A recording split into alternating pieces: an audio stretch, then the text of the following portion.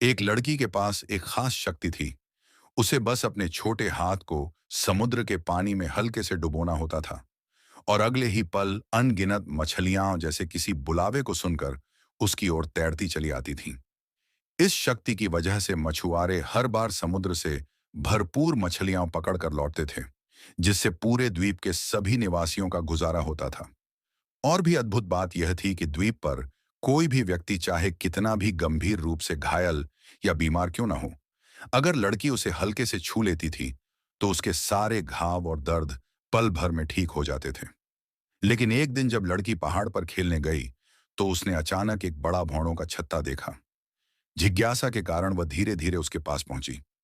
अजीब बात यह थी कि भौरे उस पर हमला नहीं कर रहे थे, बल्कि वे शांतिपूर्वक उसकी बाह पर आकर बैठ गए। जब उसने यह दृश्य अपनी सहेली को दिखाया तो पाया कि उसकी सहेली पर तो भौरों का झुंड हमला कर रहा था।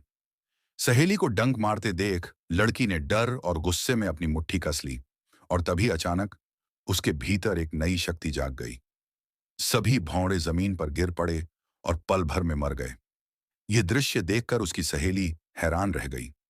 लड़की को डर था कि यह नई शक्ति कोई आपदा न ले आए, इसलिए उसने सहेली से यह बात गुप्त रखने को कहा।